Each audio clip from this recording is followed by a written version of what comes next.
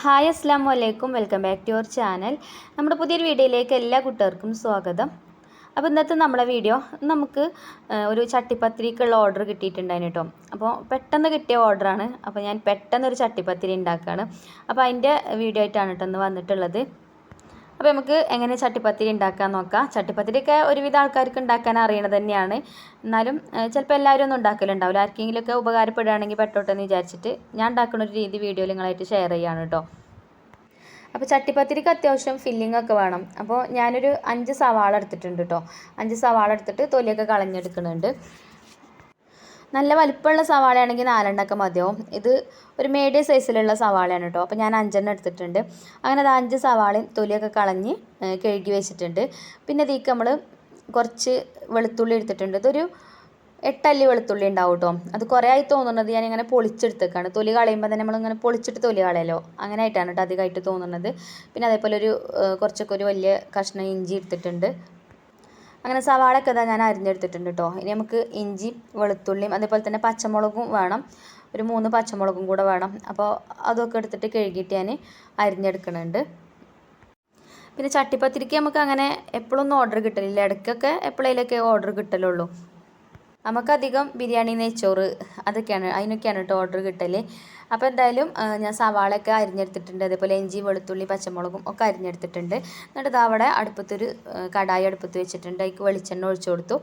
ആദ്യം നമ്മൾ വെളുത്തുള്ളിയും ഇഞ്ചി അരിഞ്ഞതാണ് ചേർത്ത് കൊടുക്കുന്നത്. പിന്നെ അതിലേക്ക് പച്ചമുളക് അരിഞ്ഞതും ചേർത്തിട്ടുണ്ട്. പിന്നെ ഇതൊക്കെ വെളിച്ചെണ്ണയിലിട്ട് ഒന്ന് വഴറ്റി കൊടുത്തതിന് ശേഷം കുറച്ച് കറിവേപ്പിൻ്റെ ഇലയും ചേർത്ത് കൊടുക്കുന്നുണ്ട്. പിന്നെ നമ്മൾ അരിഞ്ഞു വെച്ച സവാളയാണ് ചേർത്ത് കൊടുക്കുന്നത്. അപ്പോൾ ആദ്യം എണ്ണയ്ക്ക് സവാള ചേർക്കാതെ ഇതേപോലെ ഇഞ്ചി വെളുത്തുള്ളി പച്ചമുളകൊക്കെ അരിഞ്ഞത് ചേർത്തിട്ട് ഒന്ന് വഴറ്റി കൊടുത്തിട്ട് സവാള ചേർക്കുകയാണെങ്കിൽ ഉണ്ടല്ലോ, ആ ഇഞ്ചിൻ്റെയും വെളുത്തുള്ളിൻ്റെയൊക്കെ ആ ഒരു ഫ്ലേവർ നല്ലോണം നമ്മളെ മസാലയ്ക്ക് കിട്ടും കേട്ടോ. ഇഞ്ചിയൊക്കെ ഇങ്ങനെ വെളിച്ചെണ്ണയിൽ കടന്ന് മൊരിഞ്ഞ് വരുമ്പോഴേ നല്ലൊരു ടേസ്റ്റ് ആയിക്കാരം മസാലയ്ക്ക്. പിന്നെ സവാള വേഗം വഴന്ന് വരാൻ വേണ്ടിയിട്ട് അതിലേക്ക് ആവശ്യത്തിനുള്ള ഉപ്പും ചേർത്ത് കൊടുത്തിട്ടുണ്ട്. എന്നിട്ട് കുറച്ച് നേരം ഒന്ന് അടച്ച് വെച്ചിട്ടുണ്ട് കേട്ടോ, ചെറിയ തീയിലിട്ടിട്ട്. പിന്നെ നമുക്ക് ഇതിലേക്ക് ചിക്കൻ വേണം. അപ്പോൾ ഞാൻ ചിക്കന് കുക്കറിലിട്ടിട്ടൊന്ന് വേവിച്ചെടുത്തതേനിട്ടത്. മഞ്ഞൾപ്പൊടിയും ഉപ്പും കുറച്ച് കുരുമുളക് പൊടിയും ചേർത്തുകൊണ്ട് അങ്ങനെ വേവിച്ചെടുത്തതാണ്. അപ്പോൾ അതിതാ ഞാൻ നമ്മളെ ഇഞ്ചി വെളുത്തുള്ളിയൊക്കെ ചതക്കണ ഇടികല്ലുണ്ടല്ലോ, അതുകൊണ്ട് ഒന്ന് ഇതേപോലെ ഒന്ന് ചതച്ച് കൊടുക്കുകയാണ് കേട്ടോ. നമ്മൾ പിന്നെ മിക്സിൻ്റെ ജാറിലിട്ടിട്ട് ക്രഷ് ചെയ്തെടുക്കുകയാണെന്നുണ്ടെങ്കിൽ നല്ലോണം പൊടിഞ്ഞു പോകും. അപ്പോൾ ഇടയ്ക്കിടയ്ക്ക് ഇങ്ങനെ ചിക്കനൊക്കെ ഇങ്ങനെ കടിക്കാൻ കിട്ടണമെങ്കിൽ ഈ ഒരു രീതിയിൽ കിട്ടണമെങ്കിൽ നമുക്ക് ഇങ്ങനത്തെ കല്ല് വെച്ചിട്ടൊന്ന് ഇതേപോലെ ഒന്ന് ചതച്ചെടുത്താൽ മതി. അല്ലെങ്കിൽ പിന്നെ കൈ കൊണ്ട് ഇങ്ങനെ പിച്ചിട്ട് കൊടുത്താലും മതി കേട്ടോ. അപ്പോൾ നമുക്ക് എങ്ങനെയാണോ എളുപ്പം അങ്ങനെ ചെയ്യാം കേട്ടോ. പിന്നെ എല്ലൊക്കെ ഉണ്ടെങ്കിൽ അതൊക്കെ കളയണം. എല്ലില്ലാത്ത പീസ് വേവിച്ചെടുക്കുകയാണെങ്കിൽ കുഴപ്പമൊന്നുമില്ല. ഞാനിപ്പോൾ വേവിച്ചെടുത്ത പീസിൽ ചെറിയ എല്ലൊക്കെ ഉണ്ടായിരുന്നു കേട്ടോ. അപ്പോൾ അതൊക്കെ ഞാൻ അതിന് മാറ്റിയിട്ടുണ്ട്. പിന്നെ അത് ആ സവാളയൊക്കെ തുറന്ന് നോക്കി ഒന്ന് ഇളക്കി കൊടുത്തിട്ടുണ്ട്. അപ്പോൾ സവാളയൊക്കെ ഇപ്പോൾ വഴന്ന് വരാൻ തുടങ്ങിയിട്ടുണ്ട്. പിന്നെ അതിലേക്ക് മല്ലിയില അരിഞ്ഞതൊക്കെ ചേർത്ത് കൊടുത്തു. പുതിനയില ഉണ്ടെങ്കിൽ 2-3 പുതിനയിലയും കൂടെ ചേർക്കുകയാണെങ്കിൽ അതിൻ്റെ ഒരു ഫ്ലേവറും ഉണ്ടാവും. അപ്പോൾ എൻ്റെ അടുത്ത് പുതിനയില ഇല്ലേനു കേട്ടോ, മല്ലിയില മാത്രമേ ഉള്ളൂ. ഇനി അത് ചേർത്ത് കൊടുത്തു. പിന്നെ ഒന്ന് വഴറ്റി കൊടുത്തിട്ട് പിന്നെ ഇതിലേക്കുള്ള മസാലപ്പൊടികളാണ് കേട്ടോ ചേർത്ത് കൊടുക്കുന്നത്. അപ്പോൾ ഒരു 3/4 ടീസ്പൂണ് മഞ്ഞൾപ്പൊടി ചേർത്തിട്ടുണ്ട്. 1 ടീസ്പൂണ് മുളക് പൊടി ചേർത്തിട്ടുണ്ട്. ഒരു 1/2 ടീസ്പൂണ് കുരുമുളക് പൊടിയും ചേർത്തിട്ടുണ്ട്. 1/4 ടീസ്പൂണ് ഗരം മസാലയും ചേർത്തിട്ടുണ്ട്. പിന്നെ ചിക്കൻ മസാലയൊക്കെ നിങ്ങൾക്ക് വേണമെങ്കിൽ ചേർത്ത് കൊടുക്കാം കേട്ടോ. ഞാൻ ചിക്കൻ മസാലയൊന്നും ചേർത്തിട്ടില്ല. അങ്ങനെ പൊടിയുള്ള പച്ചമണമൊക്കെ മാറി വന്നതിന് ശേഷം പിന്നെ നമ്മളിവിടെ ചതച്ച് വെച്ചിട്ടുണ്ടതിന് ചിക്കൻ്റെ പീസുകളുണ്ടല്ലോ, അത് അതിലേക്ക് ചേർത്ത് കൊടുത്തിട്ടുണ്ട്. അപ്പോൾ ചിക്കൻ ഇതേപോലെ ചേർത്ത് കൊടുക്കുകയാണെങ്കിൽ ഉണ്ടല്ലോ ഇടയ്ക്കിടയ്ക്ക് ഇങ്ങനെ ചിക്കൻ കടിക്കാൻ കിട്ടും കേട്ടോ. അപ്പോൾ നല്ല ടേസ്റ്റ് ആയിക്കാരം ചട്ടിപ്പത്തിരിക്ക്. അപ്പോൾ ചിക്കനൊക്കെ ചേർത്ത് കൊടുത്തിട്ട് നല്ലോണം ഇളക്കി മിക്സാക്കി കൊടുക്കുന്നുണ്ട്. കുറച്ച് നേരം ഇതിലിട്ടിട്ടൊന്ന് വഴറ്റിയെടുക്കുന്നുണ്ട് കേട്ടോ. എന്നിട്ടൊരു 2 മിനിറ്റ് ഒന്ന് അടച്ച് വെച്ചിട്ടുണ്ട് അതിന്. അങ്ങനെ ഫില്ലിംഗ് ഒക്കെ റെഡി ആയിട്ടുണ്ട് കേട്ടോ. അപ്പോൾ ഇനി നമുക്ക് മൈദപ്പത്തിരി ഉണ്ടാക്കണം. അപ്പോൾ പത്തിരി ഉണ്ടാക്കിയിട്ടില്ലെങ്കിലും കുഴപ്പമൊന്നുമില്ല, നമ്മൾ ദോശ ഉണ്ടാക്കിയിട്ടും ചട്ടിപ്പത്തിരി ഉണ്ടാക്കും. അപ്പോൾ ഞാനിപ്പോൾ മൈദപ്പത്തിരിയാണ് കേട്ടോ ഇപ്പം ഉണ്ടാക്കുന്നത്. അപ്പോൾ ഞാനിത് അവിടെ നമ്മൾ പത്തിരി പരത്തുന്ന ഷീറ്റ് വിരിച്ചു കൊടുത്തിട്ടുണ്ട്. എന്നിട്ട് അതിലേക്ക് 2 കപ്പ് മൈദ ചേർത്ത് കൊടുക്കുന്നുണ്ട്. ഞാൻ 2 കപ്പും നിറയെ മൈദ എടുത്തിട്ടുണ്ടായിരുന്നു കേട്ടോ. അത്ര എടുക്കേണ്ട ആവശ്യമില്ല.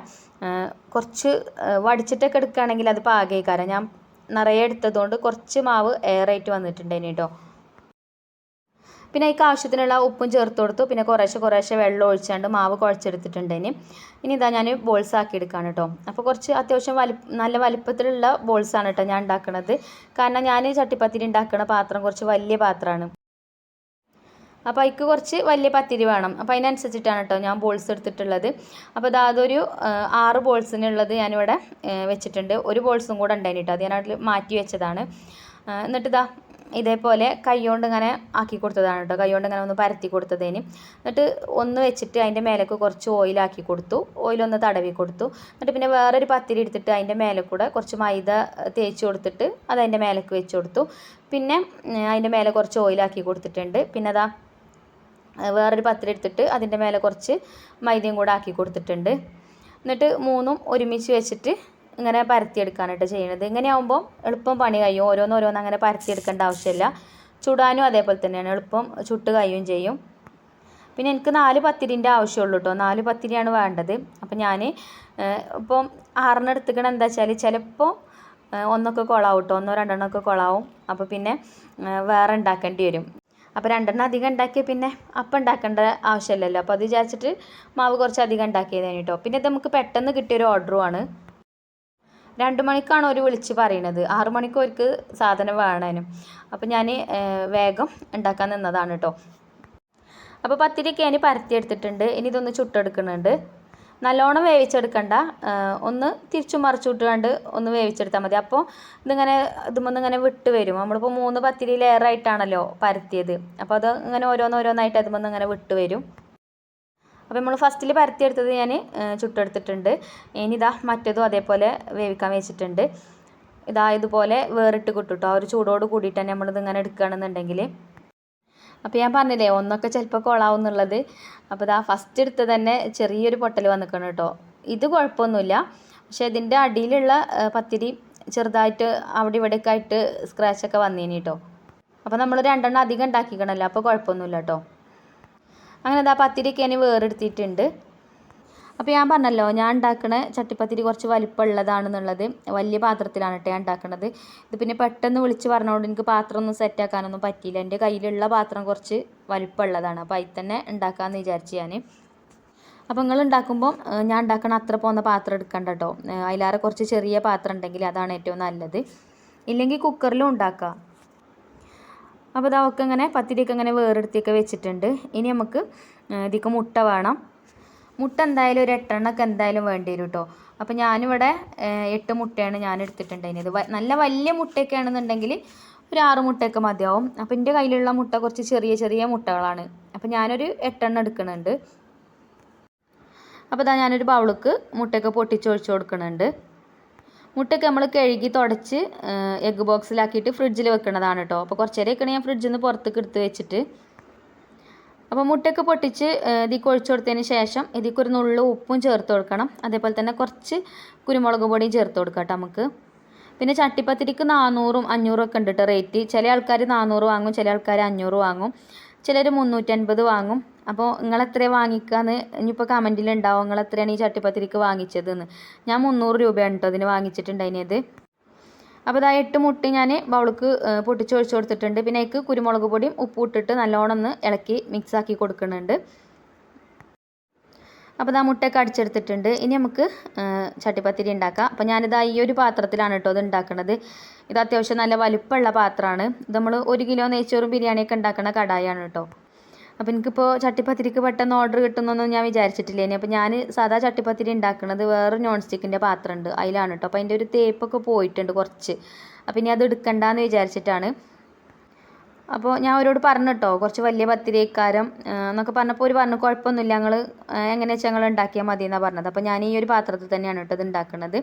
അപ്പോൾ പത്തിരി ഞാൻ മുട്ടൻ്റെ ബാറ്ററിൽ മുക്കിയിട്ടുണ്ട്, ഒരു പത്തിരി എടുത്തിട്ട്. എന്നിട്ട് നമ്മുടെ പാത്രത്തേക്ക് വെച്ച് കൊടുത്തിട്ടുണ്ട്. അപ്പോൾ പാത്രത്തിൻ്റെ ഉള്ളിൽ നമ്മൾ കുറച്ച് നെയ്യ് തേച്ച് കൊടുത്തിനിട്ട് ആദ്യം നിങ്ങൾ വീഡിയോയിൽ കണ്ടിട്ടുണ്ടാവും. ആദ്യം ഈ പാത്രം ഒന്ന് ചൂടാക്കി എടുത്തിട്ടോ, എന്നിട്ടാണ് നെയ്യായിക്ക് ഒഴിച്ചു കൊടുത്തത്. എന്നിട്ട് എല്ലാ ഭാഗത്തും ഒന്ന് നെയ്യ് സ്പ്രെഡ് ചെയ്ത് കൊടുത്തു. എന്നിട്ട് നമ്മൾ പത്തിരി എടുത്തിട്ട് മുട്ടൻ്റെ ബാറ്ററിൽ മുക്കിയിട്ട് പത്തിരിക്ക് വെച്ച് കൊടുത്തു. അതിൻ്റെ മേലെ ഫില്ലിങ് ഇട്ട് കൊടുത്തു.